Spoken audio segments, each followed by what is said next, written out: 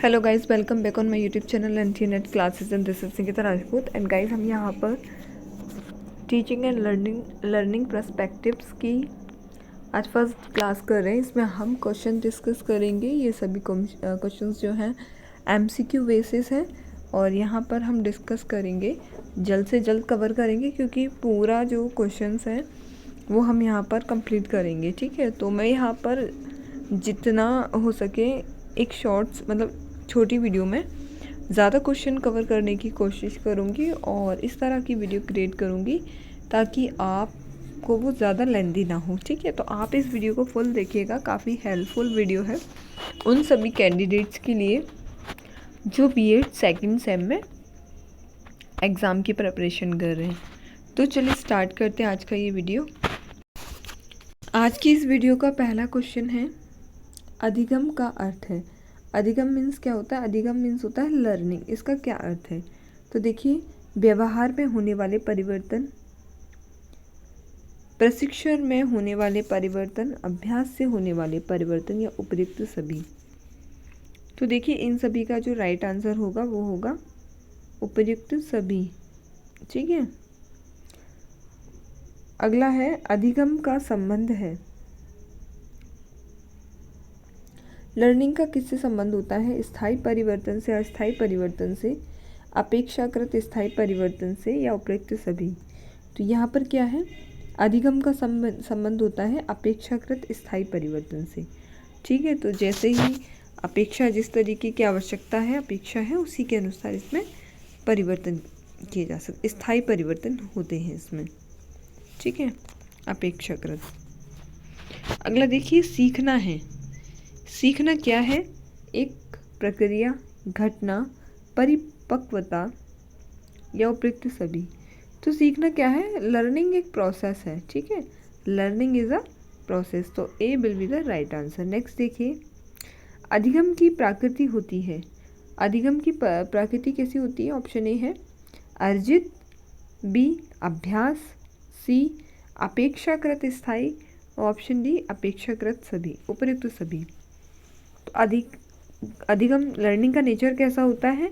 वो सभी तरह की होती है। अर्जित होती है, लर्निंग अर्जित की जाती है, उसकी अभ्यास किया जाता है। और अपेक्षाकृत क्या होती है? वो स्थायी होती है। तो all will be the correct.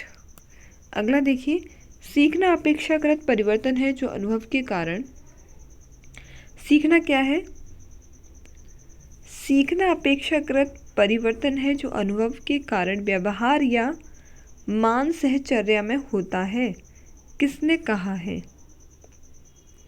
तो देखिए, ये जो डेफिनेशन है जिसके द्वारा बोली गई हैं उनको आप एक बार देख लीजिएगा क्योंकि वो एग्ज़ाम में पूछी जाती हैं, यूं ही सीधी की सीधी आ जाती हैं। डेफिनेशन, कथन आ जाते हैं कि किसके द्वारा ये कथन कहा गया है। तो ये जो कि कहा गया है कि सीखना अपेक्षाकृत परिवर्तन है जो अनुभव के कारण व्यवहार या मान सहचर्या में होता है, ये बोला है आर्म रोड ने। ठीक है, आर्म रोड। अगला है, निम्नलिखित में से कौन सा गलत है? सीखना परिपक्वता पर निर्भर करता है। बी है, सीखने के कारण व्यक्तिक भिन्नता पाई जाती है। सीखना एक जातीय प्रक्रिया है। और ऑप्शन डी, सीखना ज्ञान को अर्जित करना है। तो देखिए, जो लर्निंग प्रोसेस होती है वो कोई जातीय प्रक्रिया नहीं होती है। ठीक है, जातीय प्रक्रिया नहीं होती है। वो सीखने में मैच्योरिटी होती है। ठीक है, मैच्योरिटी सीखने के कारण पर्सनल आपके डिफरेंसेस में होते हैं और पर्सनल डिफरेंसेस पाए जाते हैं। और सीखना ज्ञान जो भी हम लेते हैं वो हमें अर्जित करना होता है, लेकिन ये जातीय प्रोसेस नहीं है। तो इसमें से गलत कौन सा होगा? C will be the right answer. Next है, सीखने का संबंध है। सीखने का संबंध, देखिए, लर्निंग जो होती है वो किसी भी तरह की हो सकती है। जैसे यहाँ पर ऑप्शन दिया गया, औपचारिक सीखने से, अनौपचारिक सीखने से, आवा दोनों से, इनमें से कोई नहीं। ठीक है, तो लर्निंग जो होती है वो आपकी इनफॉर्मल भी होती है और फॉर्मल भी होती है। जो आपकी लर्निंग होती है स्कूल्स में, कोचिंग्स में, इंस्टीट्यूट में, ये सारी फॉर्मल्स लर्निंग में आते हैं। और बाकी जो आप अपने घर से सीखते हैं और आप जो एनवायरनमेंट में रह के सीखते हैं वो अनौपचारिक यानी इनफॉर्मल लर्निंग होती है। ठीक है, तो दोनों ही इसके अंतर्गत आते हैं। अगला देखिए, बालक के समग्र व्यक्तित्व विकास में योगदान है। देखिए, बालक का एक जो पर्सनल डेवलपमेंट होता है समग्र में किसका योगदान रहता है। ठीक है, तो यहाँ पर जैसे कि अभी हमने बताया कि लर्निंग दोनों तरीके की होती है, इसी प्रकार से इसमें योगदान भी दोनों का ही रहेगा। तो औपचारिक सीखने का भी होगा और अनौपचारिक सीखने का भी होगा। तो C will be the correct answer. Next देखिए, शिक्षा मनोविज्ञान का केंद्र बिंदु है। शिक्षा मनोविज्ञान, एजुकेशन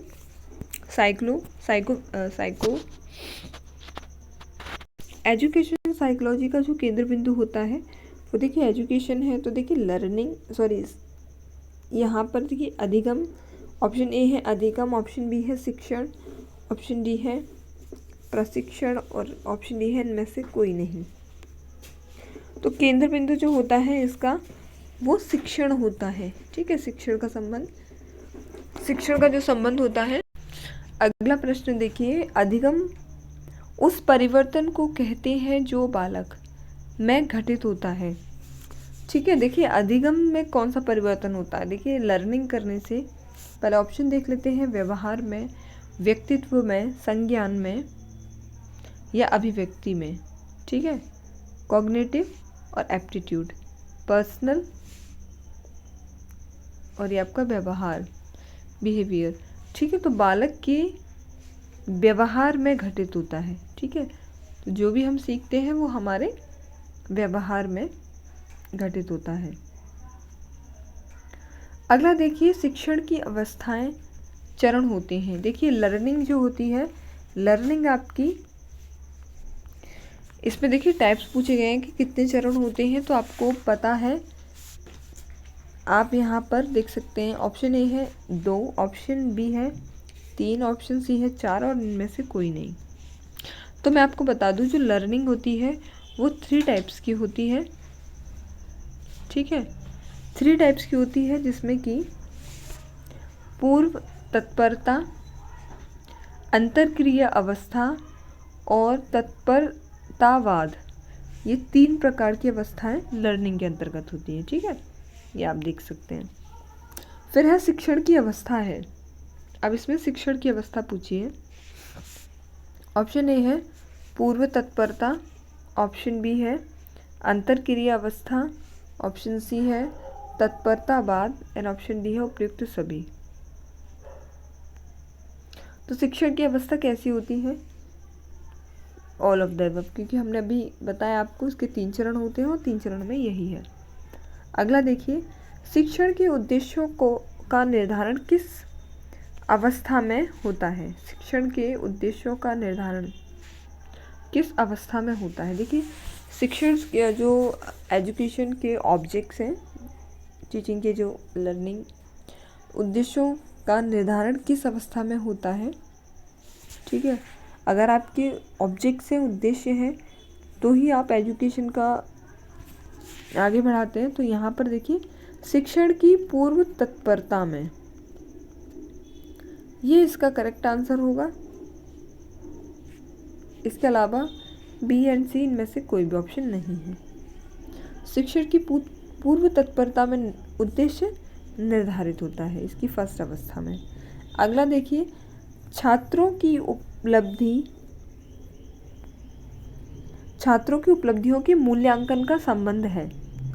छात्रों की उपलब्धियों के मूल्यांकन का संबंध है। ऑप्शन ए है शिक्षण की पूर्वावस्था, शिक्षण की अंतरक्रिया अवस्था, शिक्षण पश्चात क्रियावस्था से और उपयुक्त सभी। तो देखिए मूल्यांकन का संबंध, आप कोई भी लर्निंग प्रोसेस कर रहे हैं तो उसका जो आपको फीडबैक मिलता है, पृष्ठ पोषण होता है, उसी से ही आप इसका मूल्यांकन कर पाते हैं कि किस तरीके का बच्चे को समझ आ रहा है, किस तरीके का बच्चा जो प्रोसेस है वो हुई है। तो देखिए शिक्षण पश्चात क्रिया अवस्था से, शिक्षण पश्चात जो क्रिया अवस्था होती है फीडबैक, उससे मूल्यांकन का संबंध है। अगला देखिए, पृष्ठ पोषण का संबंध शिक्षण की किस अवस्था से है। तो ये यहाँ पर रिपीट कर लिया है, इस तरीके का क्वेश्चन पूछ लिया है कि फीडबैक का संबंध शिक्षण की किस अवस्था से है। तो ये है शिक्षण पश्चात अवस्था। ठीक है, तो पृष्ठपोषण क्या होता है? पश्चात होता है, लास्ट में होता है, बाद में होता है। अगला देखिए, कक्षा की आकार की अनुभूति शिक्षण की किस अवस्था में की? आकार की, कि कक्षा का जो आकार है किस प्रकार का होगा, ये किस अवस्था में की जाती है? ये की जाती है अंतरक्रिया अवस्था में। ठीक है, अंतरक्रिया अवस्था में आकार, क्लास की आकार के बारे में बात किया जाएगा। तो option A will be the correct answer. और पश्चात में क्या था? पृष्ठपोषण। ठीक है, फीडबैक यहाँ पर दिखा जाएगा, मूल्यांकन किया जाएगा। अगला है, मूल्यांकन शिक्षण की किस अवस्था में की जाती है? ठीक है, तो देखिए आपको बताया मैंने, मूल्यांकन किस में किया जाता है? हमेशा पश्चात अवस्था में किया जाता है शिक्षण की। अगला देखिए, व्यवहार आणविक ना होकर सर्वांगीण घटना है, किसने कहा है? तो व्यवहार जो है वो आणविक नहीं होता, वो सर्वांगीण होता है, ये कहा है टॉलमैन ने। Option B will be the correct answer. Next है, क्रिया प्रसूत सहचार्य सिद्धांत मुख्य रूप से किसकी भूमिका पर बल देता है? क्रिया प्रसूत सहचार्य सिद्धांत ये देता है पुनर्बलन। Option C will be the correct answer. Next है, पुरस्कार की अधिगम में महत्वपूर्ण भूमिका है, यह मुख्य विशेषता किसकी है? देखिए, कोई भी जो वर्क होता है, आप जब तक उसको पुरस्कृत नहीं करते हैं तब तक वो अच्छा रिजल्ट नहीं देता। मतलब आपको इसमें कहा जाता है कि लर्निंग में सबसे महत्वपूर्ण भूमिका जो निभाता है वो आपका पुरस्कार निभाता। तो इसकी मुख्य विशेषता किसकी है? ये विशेषता होती है व्यवहारवाद की। तो option A will be the correct. और ये बहुत ही इंपॉर्टेंट क्वेश्चन है, आप चाहें तो इसे मार्क कर लीजिए। पुरस्कार की अधिगम किस में पता चलता है? महत्वपूर्ण भूमिका है व्यवहारवादी में। अगला देखिए, एक प्रभावी अध्यापक वह है जो, ऑप्शन ए परिवर्तन लाता है। इफेक्टिव टीचर क्या होता है? जो परिवर्तन लाता है। ऑप्शन बी परिवर्तन को दिशा देता है। ऑप्शन सी दूसरे व्यक्तियों को प्रेरणा देता है। ऑप्शन डी इनमें से कोई नहीं। तो देखिए, यहाँ पर प्रभावी अध्यापक किसको कहा जाता है? जो व्यक्ति दूसरों को प्रेरणा देता है। ठीक है, उसे प्रभावी अध्यापक कहा जाता है। अगला है, शिक्षण प्रक्रिया के प्रमुख पक्ष होते हैं। तो यहाँ पर टीचिंग प्रोसेस के मुख्य पक्ष क्या होते हैं? मुख्य पक्ष हम यहाँ डिस्कस करेंगे। पहला है पाठ्य वस्तु यानी सिलेबस, और बी है कक्षा संप्रेषण यानी क्लास कम्युनिकेशन, आ या व दोनों, और इनमें से कोई नहीं। तो देखिए, लर्निंग का सबसे जो प्रोसेस का मुख्य पक्ष होता है वो यही है कि आपका जो सिलेबस है वो किस तरह से है, क्या है, और आप उस पर किस तरीके से कम्युनिकेट करें। कि विदाउट कम्युनिकेशन ना तो आप अपने जो भी बात है उसको सामने वाले स्टूडेंट के सामने रख सकते हैं, और अगर आपका कम्युनिकेशन स्किल अच्छा नहीं है तो वो विद्यार्थी भी इस बात को नहीं समझ सकता। तो ये दोनों ही चीज़ काफ़ी ज़रूरी होती है शिक्षण प्रक्रिया के अनुसार। अगला देखिए, शिक्षण के चर हैं। ऑप्शन ए छात्र, ऑप्शन बी शिक्षक, ऑप्शन सी विषय वस्तु, और ऑप्शन डी उपयुक्त सभी। तो देखिए, यहाँ पर आपको टीचिंग के चर पूछे गए हैं। देखिए, छात्र भी होना ज़रूरी है शिक्षण के लिए, शिक्षक का होना भी ज़रूरी है, और आपकी विषय वस्तु की आप जो पढ़ रहे हैं, आपको जो पढ़ाया जा रहा है उससे संबंधित, तो ये सारी चीज़ें होना ज़रूरी है। इसके हिसाब से आपका डी करेक्ट आंसर होगा। अगला देखिए, शिक्षण का संबंध है। तो किसी भी विषय का संबंध जो होता है वो दोनों से ही होता है, कला से भी होता है और विज्ञान से भी होता है। इस अनुसार option C will be the correct answer. अगला देखिए, शासन के अनुरूप शिक्षण का रूप है। अब आपको शासन के अनुरूप बताना है। ठीक है, एकतांत्रिक है, प्रजातांत्रिक है, हस्तक्षेप रहित शिक्षण है, उपयुक्त सभी। तो इसका जो राइट आंसर है, इसका option D will be the correct answer. Next देखिए, व्यवस्था की दृष्टि से शिक्षण के दोनों रूप हैं। तो व्यवस्था की दृष्टि से औपचारिक भी हैं और अनौपचारिक भी हैं। ठीक है, अगला देखिए, शिक्षण संबंधी समस्त क्रियाओं को कितने भागों में बांटा गया है। तो आपकी टीचिंग रिलेटेड जितनी भी प्रोसेस है कितनी उसमें बांटा गया है, तो इसको 3 भागों में बांटा गया है। आप याद रखिए, शिक्षण में कितने वर्ड हैं, अक्षर हैं 3 हैं, और इसकी क्रियाएं कितनी हैं, 3 हैं। आप इस तरीके से इसे रिलेट कर लीजिए। अगला देखिए, शिक्षण की क्रियाओं को विभाजित किया जा सकता है। शिक्षण की जो क्रियाएं होती हैं उनको विभाजित किया जा सकता है। तो देखिए यहाँ पर ऑप्शन दिया गया है, प्रस्तुतिकरण यानी प्रेजेंटेशन से, प्रदर्शन, कार्य करना और विपरीत सभी। तो देखिए शिक्षण की जो क्रियाएं होती है आपको उसमें प्रेजेंटेशन, प्रस्तुतिकरण भी ज़रूरी है, उसका प्रदर्शन करना भी ज़रूरी है, कार्य करना भी ज़रूरी है। तो इसके हिसाब से आपका D will be the correct answer. Next है, शिक्षण की प्रकृति है, किस प्रकार की होती है नेचर शिक्षण का। शिक्षण सौदेश्य प्रक्रिया है, शिक्षण अंतर प्रक्रिया है, विकासात्मक प्रक्रिया है, या उपरोक्त सभी। तो इसके अनुसार D will be the correct answer. Next है, शिक्षण एक द्विध्रुवीय प्रक्रिया है, किसने कहा है। तो देखिए शिक्षण जो द्विध्रुवीय प्रक्रिया है ये कहा है एडम्स ने। तो A will be the correct answer. अगला देखिए, शिक्षण एक त्रिध्रुवीय प्रक्रिया है, ये किसने कहा है। तो देखिए एडम्स ने कहा है कि द्विध्रुवीय है, और एडम्स ने त्रिध्रुवीय भी कहा है। ठीक है, दोनों ही एडम्स के द्वारा की गई हैं, अलग अलग आपको पता रहना चाहिए। ब्लूम के अनुसार शिक्षण के पक्ष हैं। तो देखिए ब्लूम की जो टेस्टोनॉमी है, ब्लूम के अनुसार शिक्षण के पक्ष कितने हैं, तो ये 3 हैं। शिक्षण प्रक्रिया में शिक्षक चर है, स्वतंत्र। ठीक है, क्योंकि जो टीचर होता है वो स्वतंत्र रूप से क्रिया करता है, और जो आपके स्टूडेंट होते हैं वो डिपेंडेंट होते हैं टीचर्स पर। ठीक है, तो शिक्षा प्रक्रिया में शिक्षक किस प्रकार का चर है, स्वतंत्र है। अगला देखिए, शिक्षण में छात्र चर है, छात्र किस प्रकार से चर है। तो देखिए वो आश्रित होता है, क्योंकि वो टोटली डिपेंडेंट होता है टीचर्स के ऊपर। जो टीचर्स कह रहे हैं, जैसा टीचर्स बता रहे हैं, उनका रिस्पॉन्स करना स्टूडेंट्स को होता है। वो अपने आप से कुछ कम्युनिकेट नहीं करते हैं, टीचर के अनुसार इसमें कार्य किया जाता है। अगला देखिए,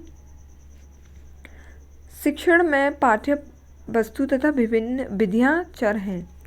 शिक्षण में पाठ्य वस्तु तथा विधियां चर हैं। ऑप्शन है स्वतंत्र चर, आश्रित चर, हस्तक्षेप चर, इनमें से कोई नहीं। तो देखिए स्वतंत्र क्या होते हैं, अध्यापक होते हैं, आश्रित आपके विद्यार्थी होते हैं, और हस्तक्षेप होते हैं आपके, जैसे सिलेबस हो गया, उसकी पाठ्य वस्तु हो गई, जो क्रियाएं कराई जा रही हैं वो सारी हस्तक्षेप क्रियाएं कहलाएंगी। अगला प्रश्न देखिए, अगला प्रश्न नंबर हम देख लेते हैं। अगला प्रश्न देखिए, प्रजातांत्रिक शिक्षण व्यवस्था में हित प्रमुख होता है। देखिए प्रजातांत्रिक शिक्षण व्यवस्था जो होती है उसमें जो प्रमुख होता है वो होता है छात्र। ठीक है, और इसके बाद है एक तंत्र की शासन शिक्षण व्यवस्था में हित प्रमुख होता है। तंत्र की शासन शिक्षण व्यवस्था में राज्य का होता है। उत्तम शिक्षण की विशेषता है। उत्तम शिक्षण कहाँ होता है, जिसमें शिक्षक योग्यता हो, शिक्षण कुशलता हो, शिक्षक की उपलब्धियाँ क्या क्या हैं, और उपयुक्त सभी। तो विशेषता जो होंगी शिक्षण की, अच्छी टीचिंग की, वो क्या होंगी, ऑल ऑफ दी अबव। अनुभव एवं प्रशिक्षण द्वारा व्यवहार परिवर्तन को अधिगम कहते हैं, किसने कहा है।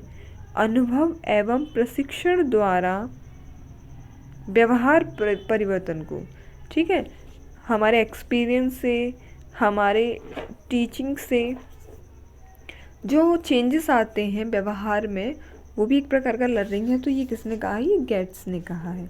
तो option C will be the correct answer. अगला और आज का ये लास्ट क्वेश्चन है, हम यहाँ पर डिस्कस करेंगे, बाकी के क्वेश्चन हम नेक्स्ट वीडियो में लेकर आएंगे। अगला है अधिगम व्यवहार में उत्तरोत्तर सामंजस्य की प्रक्रिया है, किसने लिखा है? तो ये लिखा है आपके स्किनर ने। सामंजस्य की प्रक्रिया किसने बताई है? स्किनर ने। तो आपका इस वीडियो में बने रहने के लिए धन्यवाद। इसी तरह की और वीडियो मैं आगे लेकर आऊँगी। अभी हम 40 क्वेश्चन डिस्कस कर रहे हैं ओनली, आगे वाली सीरीज़ में 40+ क्वेश्चंस रहेंगे। तो आप मेरी चैनल को सब्सक्राइब कर लीजिए अगर आप नए हैं इस चैनल पर, और इसी तरह की वीडियो के लिए बने रहिए हमारे साथ। Thank you so much.